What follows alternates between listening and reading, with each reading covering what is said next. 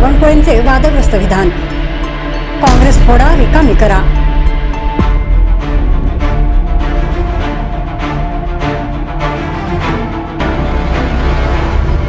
महाराष्ट्राच्या राजकीय वर्तुळात पुन्हा एकदा खळबळ उडाली आहे. नुकत्याच पार पडलेल्या निवडणुकांच्या पार्श्वभूमीवर राजकीय पक्षांमधील इनकमिंग आणि आउटगोईंग अजूनही सुरू आहे. अशातच भारतीय जनता पक्षाचे प्रदेशाध्यक्ष चंद्रशेखर बावनकुळे यांनी आपल्या कार्यकर्त्यांना थेट काँग्रेस पक्षाखाली करण्याचे आदेश दिले आहेत. त्यांच्या या विधानामुळे राजकीय वातावरण चांगलेच तापले आहे. पुण्यातील भाजप पदाधिकाऱ्यांच्या बैठकीत बोलताना चंद्रशेखर बावनकुळे यांनी कार्यकर्त्यांना स्पष्ट शब्दात सांगितले की काँग्रेस पक्षाला रिकामे करा.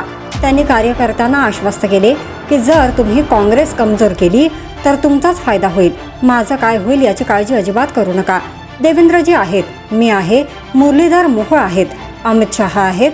आम्ही तुम्हाला न्याय देणार की त्यांना देणार असे म्हणत बावनकुळे यांनी काँग्रेसमधील लोकांना आपल्या पक्षात आणण्याचे आणि काँग्रेसची ताकद कमी करण्याचे थेट आदेश दिले. बावनकुळेंच्या या विधानावर काँग्रेस नेत्यांनी तीव्र प्रतिक्रिया व्यक्त केली आहे.